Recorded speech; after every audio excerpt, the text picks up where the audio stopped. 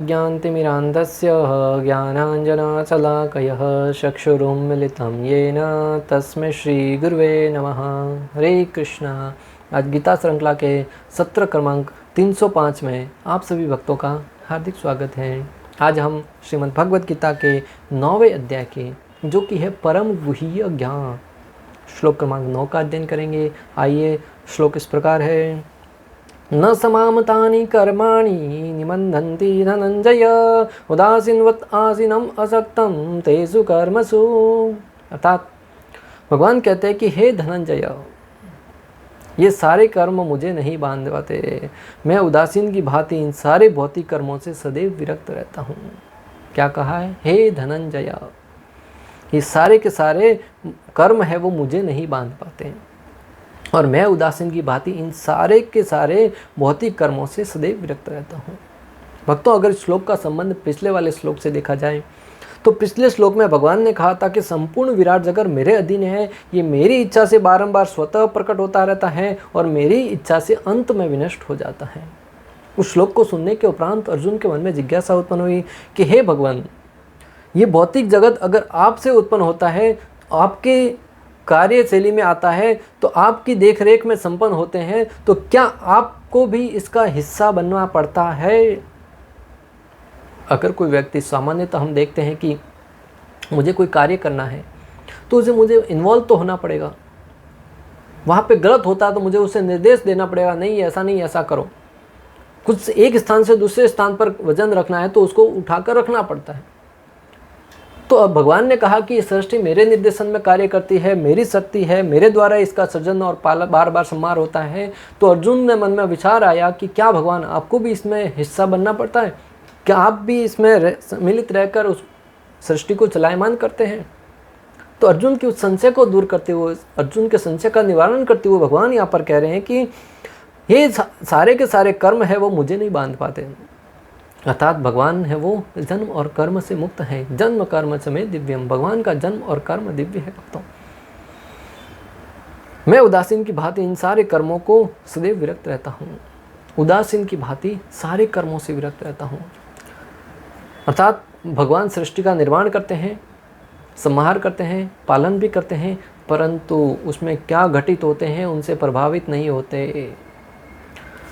इस प्रसंग में यह नहीं सोच लेना चाहिए कि भगवान के पास कोई काम नहीं है। श्रील प्रभुपाद लिखते हैं कि इस प्रसंग में हमें यह नहीं सोच लेना चाहिए कि भगवान के पास कुछ काम नहीं है, क्योंकि भगवान ने कहा उदासीन की भांति, तो वे अपने वैकुंठ धाम में सदैव व्यस्त रहते हैं। भगवान को इस जगत में होने वाली छोटी मोटी घटनाओं से कभी सरोकार नहीं रहता है। भगवान अपने धाम में अपने भक्तों के साथ लीला करने के लिए हमेशा लगे रहते हैं। भगवान को किसी प्रकार का कोई काम नहीं करना पड़ता, परंतु अपने भक्तों के साथ दिव्य लीलाएं करते रहते हैं।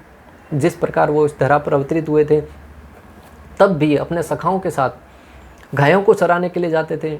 जबकि नंद बाबा के पास अनेक ग्वाल बाल थे जो गायों को चरा सकते थे। यहाँ तक कि उनको तो अपने पिता से परमिशन लेनी पड़ी कि वो गायों को चराने का उनको जिम्मा थोपे।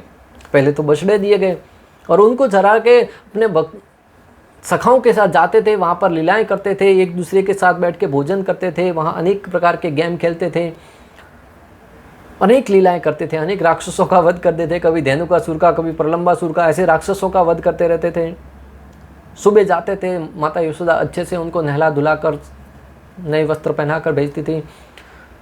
और एक बार तो ऐसा हुआ कि उन्होंने कहा कि अगर तुम गायों को चप्पल नहीं पहनाएंगे तो मैं भी चप्पल नहीं पहनूंगा। भगवान विचार करने वाली बात है, उनके पास इतनी गाय थी, उनको चप्पल कहाँ से पहनाएंगे? भगवान लीला करने के लिए नंगे पांव ही वन में चले जाते थे और वहाँ पे अनेक कंकड़ वगैरह होते थे और सारे की सारी अवस्था में नंगे पांव ही घूमते थे और वहाँ पे लीलाएं करते थे। क्यों?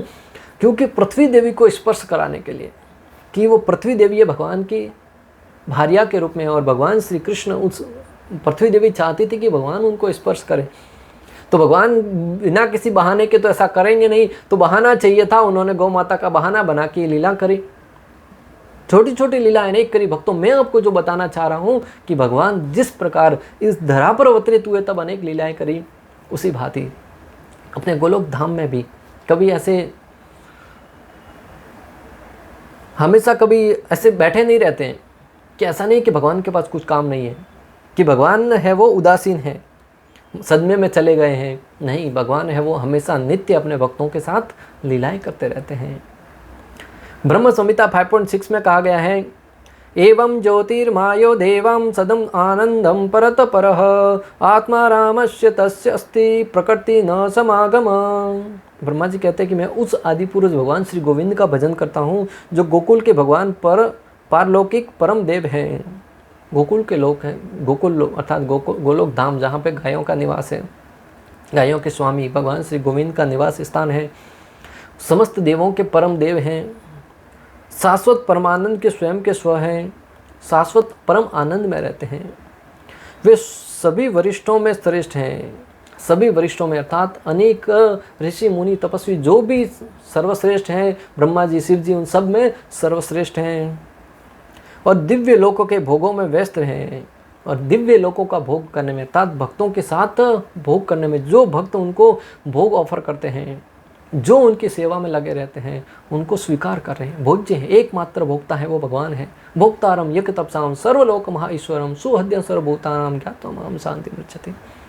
जो कोई व्यक्ति भगवान को एकमात्र भोक्ता मानकर उनके परम अधीनता स्वीकार करके उनकी सेवा में लग जाता है, भगवान कहते हैं कि वो परम शांति को प्राप्त करता है। आज की तारीख में अगर आप शांति प्राप्त करने के लिए अनेक प्रकार की उटपटांग हरकतें करते हैं, अनेक योगाओं का आसन करते हैं, अनेक प्रकार के वन में जाकर एकांत में रहकर शांति को प्राप्त करने का प्रयास करते हैं, ये सब विधि सही नहीं है भक्तों। शांति प्राप्त करने की विधि है भोक्तारम यज्ञ तपसाम सर्वलोक महाईश्वरम सुहद्यम सर्वभूतानाम ज्ञात्वा ओम शांति मृच्छति। जो कोई व्यक्ति संपूर्ण सृष्टि का एकमात्र स्वामी भगवान को स्वीकार करके उनकी शरण में जाकर उनकी सेवा करता है, वह परम शांति को अनुभव करता है। और हम सब स्वयं उसका अनुभव भी कर सकते हैं। जब भगवान की लीलाएं सुनते हैं, जब भगवान की कथाएं सुनते हैं भक्तों, जब भगवान के नाम का जप करते हैं, तब ऐसे एक शांति का वातावरण सा जाता है, दिव्य शांति अंदर से अनुभूति होती है, जिसमें किसी प्रकार का कोई शोक नहीं है, कोई मोह, कोई भय, किसी प्रकार का कोई पीड़ा नहीं रहती। आज विश्व में आप देखिए प्रत्येक व्यक्ति पीड़ित है, किसी न किसी प्रकार की चिंताओं से ग्रसित है, कोई बीमारियों से, कोई तन दुखी, कोई मन दुखी, थोड़ा थोड़ा सब दुखी है। परंतु जो भगवान के भक्त हैं वो भले धनवान है, निर्धन है, कोई भी अवस्था में क्यों न हो, परम शांति में रहते हैं। प्रातः काल उठकर उनका नियम रहता है भगवान के नाम का जप करना, प्रेम पूर्वक जप करते हैं, भागवत कथा सुनते हैं, भक्तों के साथ अनेक प्रकार के आदान प्रदान करते हैं, भगवान की सेवा में संलग्न होते हैं, भगवान को भोग लगाते हैं। ऐसे हर एक कार्य को करते जाते हैं और दिन कब बीत जाता कोई पता ही नहीं रहता, किसी प्रकार की कोई चिंता नहीं है। और यही है शांति का सूत्र भक्तों। अगर जीवन में शांति चाहते हैं, मैंने स्वयं ने अनुभव किया है कि भक्ति के द्वारा ही प्राप्त की जा सकती है। तो यहाँ पे ब्रह्मा जी वर्णन कर रहे हैं कि वो समस्त प्रकार के भोगों में व्यस्त रहते हैं, अर्थात भगवान के भक्त भगवान को भोग लगाते हैं और भगवान उसको भोग स्वीकार करते हैं। और उनकी सांसारिक शक्ति से उनका कोई संबंध नहीं रहता। ब्रह्मा जी कह रहे हैं कि जो सांसारिक शक्ति है वो भगवान की शक्ति है, प्रकृति है वो भगवान की शक्ति है, परंतु भगवान का उससे कोई संबंध नहीं रहता। वो अपने दिव्य धाम में रहकर भोगों का भोग करते हैं, अपने भक्तों के साथ भोग करते हैं। जब श्री कृष्ण इस धरा पर अवतरित हुए तब भी वे हमेशा अपने भक्तों के साथ लीलाएं करने में ही व्यस्त रहते थे। जब भगवान इस धरा पर अवतरित हुए तब भी वो अपने भक्तों के साथ लीलाएं करने में ही हमेशा व्यस्त रहते थे। संसार में क्या हो रहा है उससे इनको कोई परवाह नहीं थी। दूसरी तरफ कंस है, वो भगवान को क्षति पहुंचाने के लिए, भगवान के भक्तों को हानि पहुंचाने के उद्देश्य से हमेशा कोई न कोई षड्यंत्र रचता रहता था। परंतु सब कुछ जानते हुए भी भगवान उससे पूर्ण रूप से किसी प्रकार की कोई चिंता नहीं करते थे। आज आप देखिए संसार में एक देश दूसरे देश पर कुछ हमला करने वाला होता है, कुछ षड्यंत्र रच रहा होता है, दूसरा देश चिंतित होता है, अनेक प्रकार की बैठकें करता है, अनेक प्रकार की बैठकें बुलाता है, सेना के साथ हो, गृह मंत्री के साथ हो, दूसरी पार्टियों के साथ हो, कि उनका सामना कैसे किया जाए। दूसरी तरफ भगवान के वृंदावन में कंस जैसा असुर उनको हानि पहुंचाने के लिए प्रयासरत था, बड़े बड़े राक्षसों को भेज रहा था, परंतु भगवान सब कुछ जानते हुए भी निश्चिंत थे। और भगवान के भक्त भगवान से भी निश्चिंत थे कि श्री कृष्ण है, हमें क्या चिंता है। जब भी कोई संकट आता था, कृष्ण है संभाल लेंगे, कोई बात नहीं। बिंदास, कृष्णदास बिंदास, मायादास उदास। कृष्ण का दास हमेशा बिंदास रहता है, कोई चिंता नहीं रहती। उसी भांति ग्वाल बाल है वो बिंदास रहते थे हमेशा। सारे भौतिक कार्य उनकी विभिन्न शक्तियों द्वारा संपन्न होते रहते हैं। वे सदा ही इस सृष्टि के भौतिक कार्यकलापों के प्रति उदासीन रहते हैं। सारे के सारे भौतिक कार्यकलाप है वो भगवान की शक्ति के द्वारा स्वतः संपन्न होते रहते हैं। वो उन सबसे उदासीन रहते हैं भक्तों। इस उदासीनता को ही यहाँ पर उदासीनवत कहा गया है, और इस उदासीनता को यहाँ पर उदासीनवत कहा गया है। इस जगत में होने वाला प्रत्येक कार्य उनके ही नियंत्रण में हो रहा है, पर उस कार्य का प्रभाव भगवान पर नहीं पड़ता। इसको समझने के लिए हमें आज के कुछ दृष्टांत लेने होंगे कि इस जगत में जो भी कार्य हो रहे हैं उससे भगवान के ऊपर कोई प्रभाव नहीं पड़ता। जैसे कोरोना आया, संपूर्ण विश्व को हिलाकर रख दिया, संपूर्ण सृष्टि को बांध के रख दिया। जो रफ्तार कभी नहीं थमती थी, व्यक्ति सवेरे उठते ही काम पर निकल पड़ता था। एक दिन के लिए भी अगर कभी बंद होता था, कोई हड़ताल होती थी, कहते आज तो इतना नुकसान हो गया, आज काम पे नहीं जा पाया। एक दिन बारिश से पानी भर जाता, लोग मर के तड़प कर गिर कर भी पानी में भीगते हुए कैसे तो ऑफिस पहुंच जाते थे। परंतु कोरोना काल में सबको बांध के रख दिया। दूसरी तरफ बाढ़ आती है, भूकंप आता है, अनेक घटनाएं घटती हैं भक्तों। तब जीव है वो सीधा सीधा उससे प्रभावित होता है, परंतु भगवान से कोई सरोकार नहीं रहता, भगवान के ऊपर कोई प्रभाव नहीं पड़ता। भगवान अपने नित्य धाम में रहकर अपनी दिव्य लीलाओं में हमेशा मग्न रहते हैं। यहाँ पे जो भी घटनाएं घटती हैं वो हमारे आप और हमारी कर्मों का ही फल है भक्तों। आप देखिए संसार में लोग हैं वो पशुओं हत्या कर रहे हैं, जीवों को चोट पहुंचा रहे हैं, पेड़ पौधों को काट रहे हैं, विकास के नाम पर, प्रगति के नाम पर अनेक प्रकार के अपराध कर रहे हैं, इंद्रिय भोग के नाम पे हो बहुत अपराध कर रहे हैं, अनाथ जीवों पर, असहाय जीवों पर प्रहार करते आ रहे हैं सृष्टि में, मात्र और मात्र अपने इंद्रिय भोग के लिए, और सोचते हैं कि हम उससे के फल से बच जाएंगे। ये कैसे संभव है? जब उस जीवों को, मासूम जीवों को मारते तब किसी को कोई पीड़ा नहीं होती, परंतु जब प्रकृति का प्रहार होता है और जीव मनुष्यों के ऊपर कोई चोट पहुंचती है तब कहते हैं भगवान ऐसा क्यों किया? अरे जीव तुम ऐसा क्यों कर रहा था? जब बेसारे जीवों को मार रहा था तब ऐसा क्यों कर रहा था? कभी विचार किया? नहीं किया। परंतु जब प्रकृति रिएक्ट करती है तब सबको लगता है कि भगवान ऐसा क्यों कर रहे हैं। भगवान किसी के साथ कोई गलत कार्य नहीं करते, प्रकृति के द्वारा संपन्न होता है, परंतु शक्ति भगवान की निहित रहती है। ये महत्वपूर्ण बात है। हालांकि ये सारे घटनाक्रम होते भगवान के नियंत्रण में ही हैं, पर भगवान इसमें हस्तक्षेप नहीं करते, क्योंकि भगवान की शक्ति जीवों के कर्म फल के रूप में इसे घटित करती है। आया ना यहाँ पे जिक्र कि हालांकि होता सब भगवान की शक्ति के द्वारा ही, परंतु भगवान इसमें हस्तक्षेप नहीं करते हैं। भगवान की जो शक्ति है, प्रकृति, वो भगवान जीवों के कर्म फल के अनुरूप ही उनके साथ ऐसा आदान प्रदान करती है। कभी कभी लोग प्रश्न उठाते हैं कि नवजात शिशु ने किसी का क्या बिगाड़ा था, उसके साथ गलत हुआ, तब हमें समझना होगा कि हो सकता है उसने पूर्व जन्म के संचित कर्मों का फल हो। कभी कभी लोग प्रश्न उठाते हैं कि नवजात शिशु जिसका अभी जन्म भी नहीं हुआ था, उसके साथ कभी कभी दुर्घटना घट जाती है, वो कभी मृत्यु को प्राप्त हो जाता है। बोले उसने क्या गलत कर्म किए होंगे? हो सकता है कोई व्यक्ति कुछ उम्र तक जिया हो, तब तो उसने पूर्व कुछ बुरे कर्म किए हो, उसका फल मिला हो। परंतु नवजात शिशु जिसने अभी जन्म लिया है, उसने दुनिया भी नहीं देखी है उसको, और कई बार तो बच्चों को गर्भ में ही मार दिया जाता है, उनके साथ ऐसा क्यों होता है? तो हमें समझना होगा कि कई बार हमारे जो संचित पाप कार्य है या पुण्य कार्य है, पूर्व जन्म के जो कर्म संचित है, वो कई जन्मों के बाद धीरे धीरे प्रकट होते हैं। जैसे एक किसान का उदाहरण ले लेते हैं। किसान अपने खेत में धान उगाता है और उसको संचित रक्षित करने के लिए एक बड़ा सा पात्र बना देता है। एक आज की तारीख में तो अनेक प्रकार के पात्र आ गए रखने के लिए। पहले एक स्थान पर ऐसा कुछ बना लेते थे मिट्टी का, उसके ऊपर से धान डालते रहते थे, फिर आवश्यकता होती नीचे से निकालते रहते थे। इस वर्ष क्या पैदा हुई वो उसमें डाल दिया, आधा खाया आधा बचा था। अगले साल वापस पैदा आई, वापस उसमें डाल दिया। तीसरे साल वापस डाल दिया, नीचे से निकालता गया, पीछे का बचता गया। 10-15 वर्ष के बाद उसने गेहूँ डाला, अंदर धान डाला, वो बहुत ही शुद्ध था, परंतु जो 10 वर्ष पहले डाला था वो हो सकता है कि खराब हो।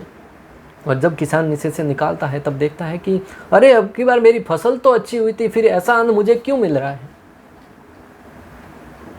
तो वहाँ हमें विचार करना होगा कि उसके अंदर जो रक्षित है वो कई वर्षों का रक्षित धान है, उसमें से थोड़ा थोड़ा प्राप्त कर रहा है। हो सकता है अभी वो 10 वर्ष पुराना है धान है वो प्राप्त हो रहा है। उसी भांति हमने पिछले जन्म में, अनेक जन्मों में, 84 लाख योनियों में भ्रमण कर रहे हैं। पिछले जन्म में कौन सा कार्य किया था, हो सकता है कि उस कर्म का फल हमें अभी प्राप्त हो रहा हो। और शास्त्रों में तो वर्णन है भक्तों, अगर कोई गौ माता की हत्या करता है ना, उसको कई हजार बार सूर्य देखने को नसीब नहीं होता है, जिसका अर्थ है कि उसको माता के गर्भ में ही मार दिया जाता है। और उसकी संख्या आज देखो दिन ब दिन बढ़ती जा रही है, क्योंकि गौ हत्या बढ़ती जा रही है। अब कई शिशुओं को प्रतिदिन माता के गर्भ में ही मार दिया जा रहा है। उनको सूर्य देखने को, सूर्य भी नहीं देख पाते, सूर्य देखना हजम नहीं है। कारण हो सकता है उनके पूर्व जन्म के कुछ कर्म हो जो अभी फलित हो रहे हैं। श्रील प्रभुपाद कहते थे, यद्यपि छोटे से छोटे भौतिक कार्य पर उनका नियंत्रण रहता है, किंतु वे उदासीनवत स्थित रहते हैं। श्रील प्रभुपाद समझाते हैं कि इस भौतिक सृष्टि के छोटे से छोटे कार्य पर भगवान का नियंत्रण रहता है, परंतु वो उदासीनवत इससे अछूते रहते हैं। यहाँ पर उच्च न्यायालय के न्यायाधीश का उदाहरण दिया जा सकता है, जो अपने आसन पर बैठा रहता है। उसके आदेश से अनेक तरह की बातें घटती रहती हैं। किसी को फांसी दी जाती है, किसी को कारावास की सज़ा मिलती है, तो किसी को प्रचुर मात्रा में धनराशि मिलती है, तो भी वह उदासीन रहता है। उसे इस हानि लाभ से कुछ लेना देना नहीं रहता।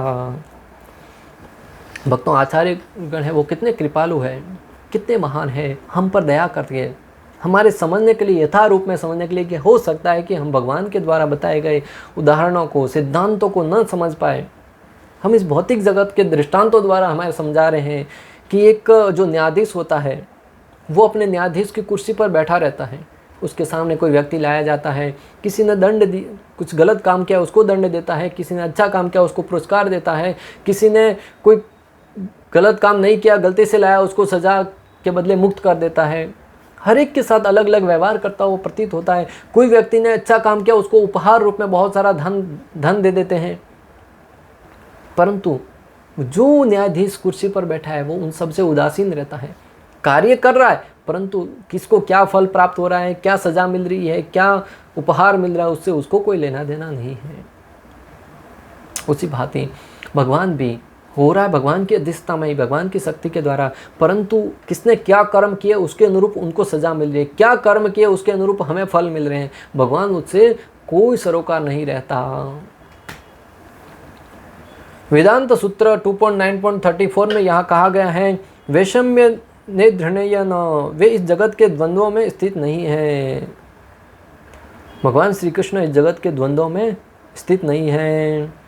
नहीं इस जगत की सृष्टि तथा प्रलय में ही उनकी आसक्ति रहती है, और नहीं उनकी इस जगत की सृष्टि करने में और प्रलय करने में कोई आसक्ति नहीं रहती। वो स्वांश से स्वतः कभी प्रकट कर देते हैं, कभी उनका प्रलय हो जाता है, परंतु भगवान की उसमें कोई विशेष रुचि नहीं रहती कि नहीं मैं अभी प्रकट करने जा रहा हूँ, बहुत अंदर से जोश है, अंदर से कार्य करने की कुछ इच्छा हो रही है, ऐसा नहीं है।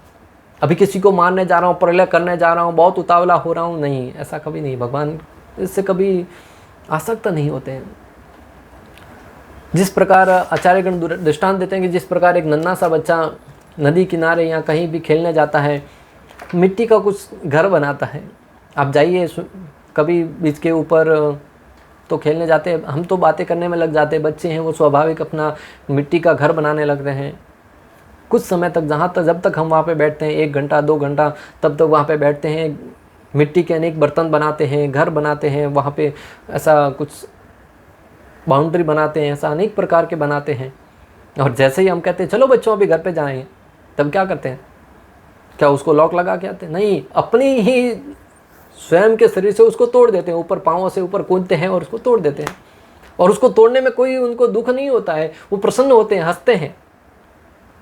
इसका दृष्टांत भगवान से जोड़ा जा सकता है कि भगवान इसी प्रकार उन बच्चों की भांति सृष्टि का निर्माण करते हैं और उनका विनाश भी करते हैं। उनको कोई आसक्ति नहीं। जिस प्रकार उस शिशु ने, उन बच्चों ने अपनी शक्ति से घर बनाया और उनको कुछ समय के बाद पुनः तोड़ दिया, कोई आसक्ति नहीं, तोड़कर घर की तरफ चल दिए, उसी प्रकार भगवान भी अनासक्त रहकर ऐसा कार्य करते हैं।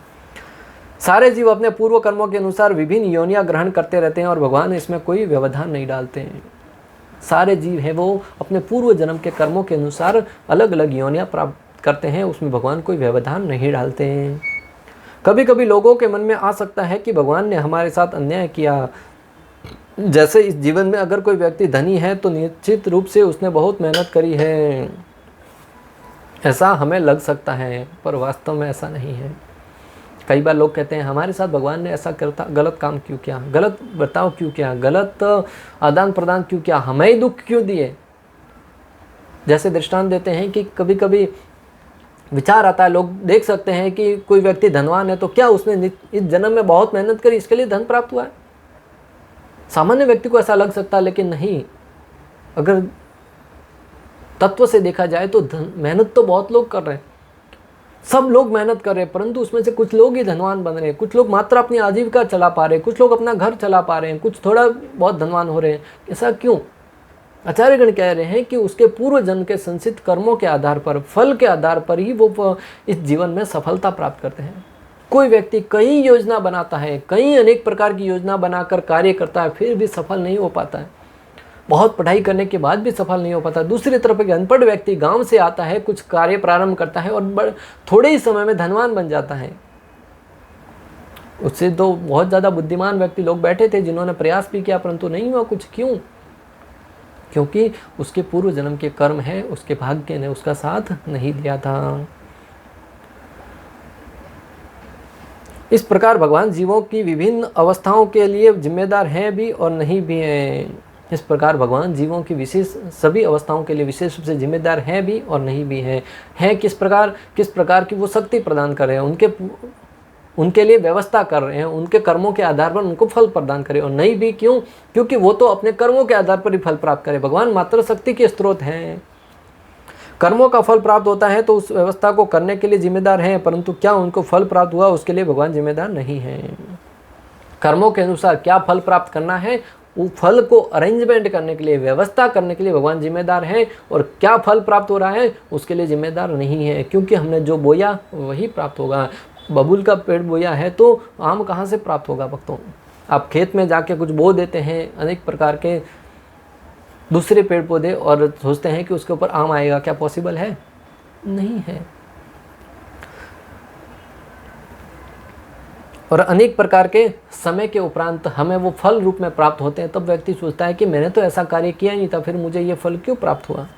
जैसे दृष्टांत के लिए भक्तों ले लीजिए कि कोई व्यक्ति चॉकलेट खाता है, बच्चे नन्हे नन्हे चॉकलेट खाते हैं, उसके दांत गिर जाते हैं, परिणाम कुछ समय के बाद आता है, कुछ महीनों के बाद आते हैं। और जो कोई व्यक्ति आइसक्रीम खा लेता है तो सर्दी लग जाता है, परिणाम कुछ ही घंटों के बाद या कुछ दिनों के बाद आता है, और चॉकलेट खाने में कुछ महीनों के बाद आता है। और अगर कोई व्यक्ति नशा करता है, बीड़ी, तंबाकू, सिगरेट, अनेक प्रकार के नशा करता है, तो उसको कैंसर जैसी भयंकर बीमारी हो जाती है, परिणाम कुछ वर्षों के बाद आता है। इसी प्रकार हमने क्या कर्म किए थे, कौन सा कर्म का तुरंत फल मिलता है, कौन से कर्म का कुछ समय के बाद मिलता है, ये हमारे कर्मों के ऊपर निर्भर करता है। जैसे आइसक्रीम खाने वाले को फल तुरंत प्राप्त हुआ, चॉकलेट खाने वाले को फल कुछ महीनों के बाद हुआ, और गुटखा, बीड़ी, सिगरेट का नशा करने वालों को फल है वो कुछ वर्षों के उपरांत हुआ। इससे हमें समझना चाहिए कि जो कुछ भी घटित होता है हमें हमारे कर्मों का ही फल है। भगवान मात्र उसका अरेंजमेंट करने के लिए निमित्त है, भगवान की शक्ति से ही होता है, परंतु भगवान अपने कर्म फलों के उत्तरदायी नहीं है, अपने कर्म के फलों के उत्तरदायी मात्र जीव है। और उसको हम अपने कर्म बंधन से मुक्त होकर उनसे मुक्त हुआ जा सकता है, और उनका जरिया है भगवत भक्ति। और उसके लिए हमें भगवान के भक्ति में लगना होगा, कृष्ण भावनामृत जीवन यापन करना होगा। इस प्रकार श्लोक क्रमांक 9 का भक्ति वेदांत तात्पर्य पूर्ण हुआ। अंत तक हमारे साथ बने रहने के लिए आप सभी का हृदयपूर्वक, प्रेम पूर्वक बहुत बहुत धन्यवाद। श्रील प्रभुपाद की जय, श्री श्री राधा गोपीनाथ भगवान की जय, श्रीमद् भगवद गीता की जय। हरे कृष्ण कृष्ण कृष्ण हरे हरे, हरे राम।